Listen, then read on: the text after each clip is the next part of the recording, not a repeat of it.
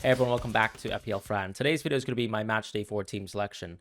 The most important thing about this video, in my opinion, is the strategy element of this segment of the game. Some people have wildcards, some people don't. Some people actually have their wildcard in Limitless. I think if you have a wildcard in Limitless, your strategy is very simple. You just target the quarterfinal matchups using a Limitless, you target the round of 16 using your unlimited transfers, and you target the semifinals and beyond with your wildcard. And that's a pretty simple strategy. But of course, for the people who are wildcarding, some people are asking the question of whether you wildcard in the quarterfinals or the semifinals.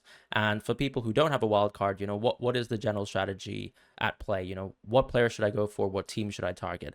I think the best way to sort of illustrate this is by actually looking at the Opta analyst graphic that I'm showing here on the screen and actually seeing how strong teams are for certain stages of the tournament. Now, if we start with, let's say, the quarterfinals, and I select this quarterfinal here, you'll notice that the team most likely to make it to the quarterfinal is Spain, England, Portugal, Netherlands, Germany, France, and Austria. So this basically shows you who actually has the best matchups on paper and has the easiest fixtures, in my opinion, for just the round of 16. So if you're actually going for a strategy where you have a wild card, I still think it makes the most sense to actually have players from these teams first and probably neglect teams a little bit under Austria. I think after Austria, the cutoff basically becomes Switzerland, Turkey, Belgium, even Italy, for example, and I'm not really sure I'd like to be invested in those teams, if I'm being honest, because their chances of doing well even within the matches for the round of 16 aren't particularly good compared to these teams. And now that you can actually have 4 players per team, it actually makes more sense that you just build up most of your teams from the teams that I'm showing on the screen. Now, if you don't have a wild card, I think the most important thing is you do have to look a little bit more ahead. And here, of course, this is suggesting, I would say, probably a quadruple up of Spain, England, and Portugal. And then maybe you'll have to decide between the Netherlands, Germany, France, and Austria how you want to sort of pick players from those teams. Because as you can see, obviously, the Netherlands have a great fixture.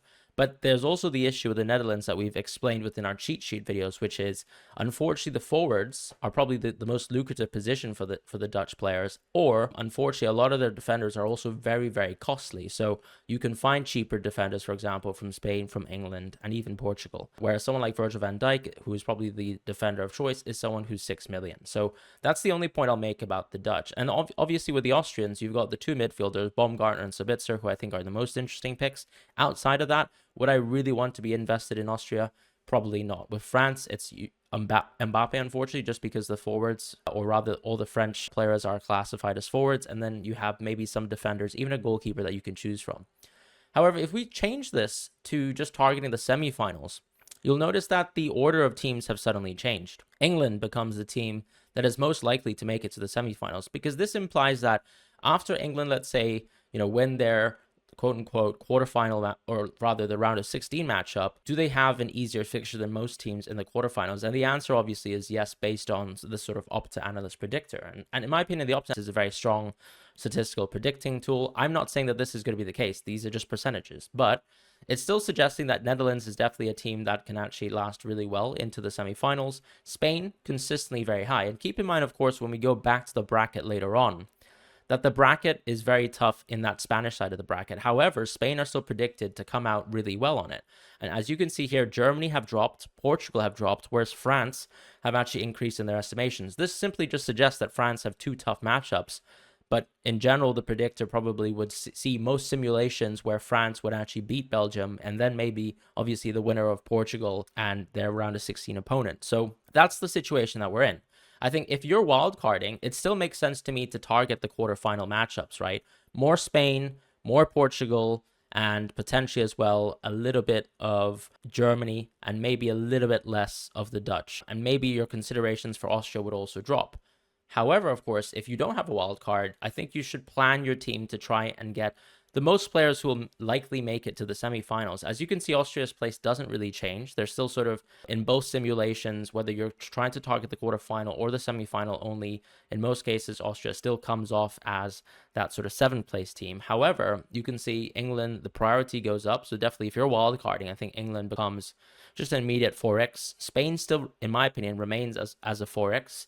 And then Netherlands actually probably rise in your estimation. So you might actually be incentivized to go with one Dutch forward, maybe one Dutch defender at the bare minimum. And then France, clearly also a step up as well. So when you're talking about things like maybe choosing your goalkeeper, if you think Unai Simon isn't the player you want to go for because the Spanish defenders are a bit cheaper, technically access to the French defense through Magnan is not a bad thing. And also here, as you can see, Germany have dropped in our estimation. So if you're wildcarding, in my opinion, you probably want a bit of Germany. However, if you don't have a wild card, you probably don't want as much of Germany because it's less likely that Germany will make it to the semifinals based on sort of our statistical predicting tools. So that's something I wanted to mention. And that simply has a huge impact, in my opinion, on how your match day 4 team selection is going to be based on. Now, this is obviously one tool that we have, right? A almost predictor of who's going to get into the semifinals, and just for the purposes of showing, teams that are expected to get to the finals. This obviously shows that, once again, with Germany rising, it seems like the whole idea is if you can get the winner between, let's say, potentially, of course, Spain versus Germany in the quarterfinals, right?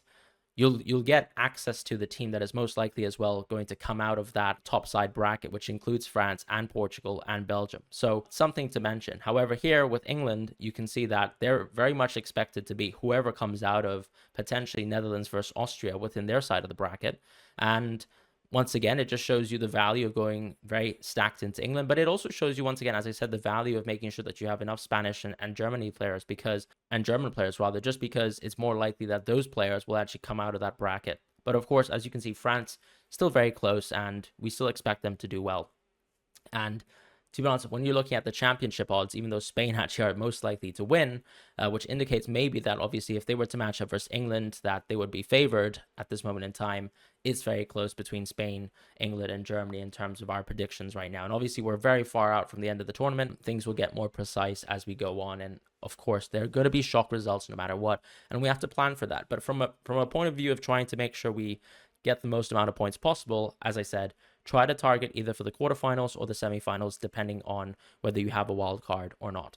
Now, before we actually jump into my team selection, I'd like to ask you guys to subscribe if you haven't already. A lot of support has been given for the Euros content, and I really appreciate it, but 50% of you guys are still unsubscribed to the channel. If you're enjoying the content and you're looking forward to more, particularly even more FPL content in the future, please do drop a subscribe and even like the video as well. That really helps support the channel. As far as match day 4, of course, just before we jump into that, I wanted to quickly review on match day 3. After the final update, unfortunately, the rank did drop a little bit. So we're now at 107,000 in the world. Not exactly a great position to be in. I probably expected to do a little bit better. But as things stand, of course, a lot of players in the team did flop. And particularly the goalkeeper choice, I think, definitely did flop as well. Magnan and Neuer both pretty dull. No thanks to Saliba as well and his sort of penalty for Lewandowski, who scored on his second attempt. Man of the match, we did try to sort of mess around with it a couple times. We had Oyarzabal at one point, and then it was Mbappe and KDB who both got 6 points. As far as obviously going for English midfielders, probably once again, or even English attack, it was a very dull game. A lot of the group games, to be honest, were very dull as well, but we had a decent defense, I think, that made up most of the points, as you can see, whereas the forwards were pretty much awful. And the only differential forwards I think that did well, once again, Mikel Tatze, but then Ferran Torres also did really well. And of course, if you went into a Dutch forward as well, those would have done well too. But we didn't really go for that. Mbappe did look good, had a lot of chances, a lot of shots on target, but probably wasn't very clinical on his day. Olmo was a nice little differential for Spain, but pretty dull. Sobo as well, so close to actually getting that sort of final ball that sent Hungary, well, not through, but rather getting 3 points versus Scotland, or sent Scotland out of the tournament rather, was nice, but no cigar there. And then Bellingham once again probably should have considered maybe more English defense than, let's say, going for the English midfielders. But I also thought it was pretty hard to pick between some midfielders. Although it's clear, of course, right now that a lot of players are favorites to win man of the match, right? Players like Eriksen, although even he has a very tough game, so that makes things difficult. But in general, I suppose, whoever is going to win the game, if you have, let's say, a star-studded midfielder, that midfielder is very likely to win. Lobotka, good example of that as well, within his match for Slovakia too. So that's something to mention for now. We ended up getting 61 points, and as I said, that sends us to 107,000 in the world. So still a small rank rise, but not exactly the best use of Limitless, and of course, it's a little bit regrettable. But that's that, and we just have to move on. As far as match day 4, I thought it would be interesting to actually show my team selection if I wasn't using a wild card and if I was using a wild card. So let's start off first with the non-wild card draft. Now let's get started with the draft, which would be if I didn't have a wild card left. I think if I didn't have a wild card left, as I said, I'd have to be targeting for a team that's a little bit more well-rounded, a team that's going to try and get towards at least the semifinals. And that means more Dutch players, in my opinion. It might not too many differences in terms of the Austrian player. However, it probably means less Portugal. And once again, that probably can also be paired up with maybe an additional French player as well, just because from that side of the bracket, it's very likely I think France overcoming Portugal is probably going to happen too. So the way that I would draft this one is I'd still go with Cancelo personally. I think he's obviously a very good pick for Portugal. You can see he plays a multitude of roles, also has really good ball recoveries as suggested by the cheat sheet. I go Carvajal and Cucurella, just trying to go for the attacking returns for the Spanish players. I'll also mention that Spain is a little bit of a particular team in the sense that their center backs are not amazing at getting ball recoveries. I think that has to do with probably the amount of possession that's built up and how I think unoften I suppose teams play out the back through Spain through a long ball, for example. So it's not necessarily the case. You'll see a lot of ball recoveries for the center backs so far from Spain. So I think it does make sense to go with the full backs who, like Cucurella, have gotten ball recoveries as well, but can also provide you attacking returns like Carvajal did in matchday 1. Now with England, I think it's always very simple to go with Walker and Guehi. I think these two players are nailed. I also think they're really good for ball recoveries. So Walker so far, for example, has been better at ball recoveries than Stones, which is nice. And obviously, I think with Trippier's spot being a little bit debatable, you can argue, particularly with Shaw maybe coming back soon, that it doesn't make sense to start the tournament with Trippier at least.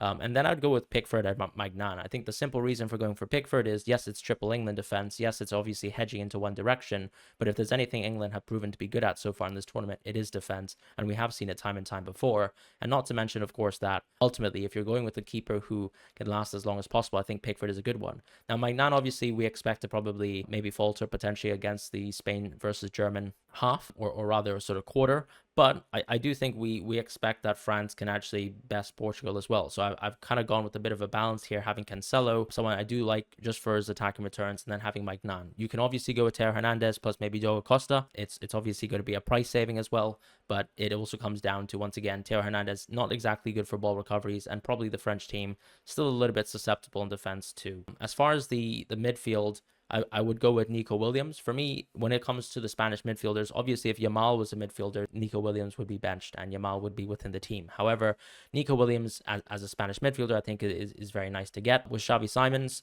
I think that in particular, obviously with the last match being good context, and Simons obviously having some good moments within the tournament, an assist, for example, versus Austria, a disallowed goal versus France, and then obviously just coming on at around 30 minutes to sort of replace a very poor Veerman performance. I do think that his minutes could get better, and obviously with the Dutch expecting to go a bit further into the tournament, and Simon sort of finally getting involved within the national team level, given the nice fixtures that the Dutch have, I do think he's actually a pretty good pick to go for. I haven't gone for a Dutch defender, and that's simply because I prefer some of the other defenses on offer right now, but as I said, you can obviously go for a Dutch defender as well, although I think to me, it's quite tough to actually drop someone like Cancelo for Van Dijk, because I still think that there's more value to Cancelo just due to all the tools that he has in the game. And also Van Dijk so far actually hasn't gotten as many ball recoveries as you'd potentially think. Musiala is just a pick for me where if I was to, let's say, choose between that sort of 50-50 between Musiala and Gundo, and I had cash in the bank anyways, I'd probably go Musiala. When I look at the betting odds as well, it does seem to back that up as well. And part of that too is I think, with when you're looking at Gundo, a little bit less expectations for him to get assists,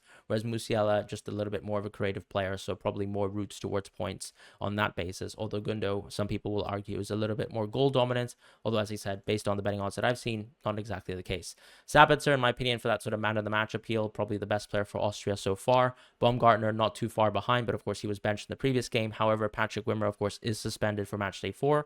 So I do think that Baumgartner obviously is a great pick. And if you want to go double Austrian mid, I think that's fine. But at the same time, as we saw within the sort of predicted graphics for the semifinals or even the quarterfinals, Austria's sort of predictions still aren't that great, despite the actual good performances that we've seen from Austria so far. So of course, if you want to take that punt on Austria as an attacking team, of course, because they still have been pretty defensively fragile, I would say, you can definitely double up within the midfield if you want to. Bruno Fernandes for me is a bit of a non-negotiable. I think out of all the midfielders, he's probably the most interesting. Extremely high goal share. Someone who obviously could get man of the match, even though he hasn't already. When you're watching Portugal, I think a lot of the attacks still pretty much flow through him and he creates a lot of chances. Now, it's not the case, of course, that he's got man of the match so far, but I think it's about predicting ahead and seeing potential good games for players within Portugal, and I think definitely Bruno is one of them. Now, because also we're kind of stacked in Portugal quite a fair bit, and we actually expect them to potentially lose a little bit deeper into the tournament, especially after their first match, I'm not going to overstep the mark here with Portugal. We're only going to limit ourselves to 2, and I do think between Ronaldo and Bruno, the player that I would definitely pick is going to be Bruno. And going back to it as well, I think that enables you to get Morata from Spain, because with Morata, the question, of course, is going to be between him and Yamal. Yamal, for me, is a little bit more assist dominant. You could argue that Yamal, with the amount of flair that he plays for Spain, how good he's been to watch, that he could have potentially more man of the match potential, just like, for example, Nico Williams got man of the match in match day 2 versus Italy. But still, I think Morata is the one to get, just simply on the basis of goals. He's going to be the starting center forward for Spain, and that matchup is just really juicy versus Georgia. So I can completely understand going for Morata, and I'd back the goal share there. As far as Mbappe and Depay, look, once again, France we expect to do well, but it's also tough to sort of pick French players. I think hedging with just 2 French players is totally fine. You're sort of hoping for the best between France and Portugal, and you're not overcommitting on both sides. And you're hoping, of course, that you'll be able to bring at least 2 of these players towards the semi-final, which I think is totally fine. Mbappe, of course, just because of how overall impactful he is towards his team, that's a huge sort of difference maker. As far as Depay, now, I think this is a little bit of a different situation, right? Because Depay is someone who I think some people might prefer Gakpo, because Gakpo scored 2 goals so far, and he's also had better minutes than Depay. But I still think when you look at it on paper, Depay is probably still the penalty taker for the Dutch. He takes free kicks. He also takes corners. So once again, the routes towards points in a sort of optimal situation, I suppose, is going to be going towards a little bit Depay first for me, and then maybe Gakpo second. But once again, when I've looked at the odds, assist and goal odds are very, very similar. I don't think it's wrong to go Gakpo at all. I think Gakpo, if you prefer him, if you like the fact that he scored more goals already, then going for Gakpo is totally fine. For me, it's very close between the 2, and I'd still go with Depay because I love my penalty takers, and that's going to be the draft that I would go with if I wasn't actually using a wildcard chip, or if I didn't have a wildcard chip left.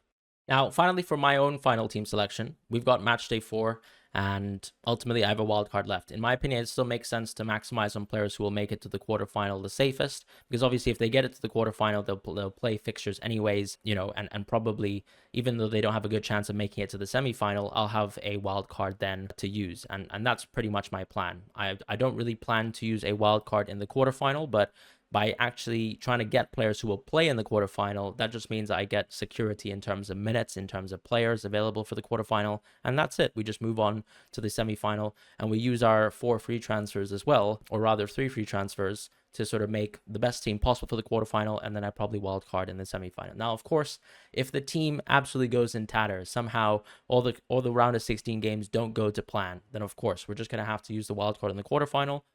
But that's that. Right now, I'm planning to still go with the trident up top of Kane, Mbappe, and Ronaldo. I think that's totally fine. Ultimately, as I said, Kane is one of the picks where you can drop him for Depay. You can drop Kane or even Ronaldo potentially as well for, let's say, Morata. But to me, I still think that there's some value towards going for some of the Spanish midfielders. And I do really like the fact that Kane and Ronaldo are still probably equivalent sort of talismans for their teams, alongside other players like Bruno within Portugal. And then obviously with the English team, look, with how poor they're playing, it's very likely, of course, that the man of match can actually go towards a defender, because they're obviously very defensively dominant. But at the same time, I think that with the goal shares being so close to so many players, it's okay to drop Morata in this case, or even Depay, because it's not like I really particularly care about ensuring that I have players that make it to the semi-final for this moment in time. As far as the midfield, I'm going with Williams and Pedri. Once again, I think a lot of people really like Fabian, and I think that's fine. His match day 2 performance was brilliant, or rather his match day 1 performance was brilliant, and match day 2 was equally brilliant, but probably, without the goals and assists. And I think that has to go back down to how you evaluate Spain. Fabian, at the end of the day, is a center mid for Spain. Pedri is playing like an attacking 10, although he's only got an assist so far, but I think he's been involved in a lot of good moments that will suggest that he potentially could get good attacking returns, particularly versus a pretty weak defensive team like Georgia. With Nico Williams, once again, it's a case where, because I don't have access to, let's say, the Yamals of the world, I don't have access to the Moratas of the world, he's probably the pick that I like the most from the Spanish midfield, even over Pedri.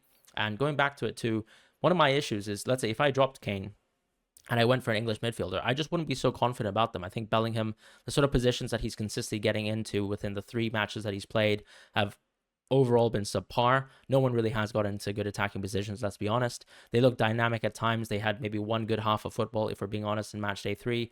But does that mean that I'm going to be any more intrigued by Saka, Foden, or Bellingham right now? I'm not sure. So for that purpose, I think I'd rather go with the trusted Spanish players that I think will definitely start, who are rested as well in match day 3 and should be able to play a little bit more than the 75 minutes that they usually play for Spain. So that would be Williams and Pedri.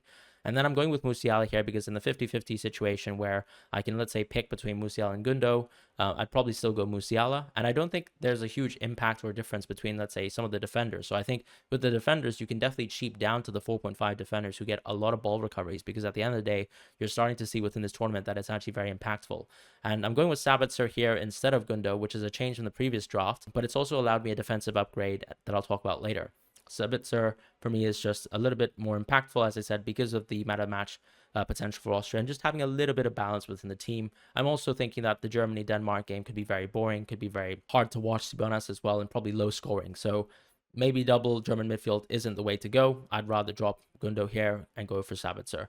And Bruno Fernandes for me is a non-negotiable. I've talked about him many, many times. He's going to stay within the draft. In the defense, we've done one upgrade, and it's Nuno Mendes to Cancelo, because previously we had 0.5 million in the draft, and now we've actually used that 0.5 million by going down to Sabitzer and effectively going up to Cancelo from Nuno Mendes. And I think, once again, when you look at the cheat sheet, better ball recoveries from Cancelo, probably going to be in much more consistent attacking positions, because sometimes Nuno Mendes does play a little bit deeper.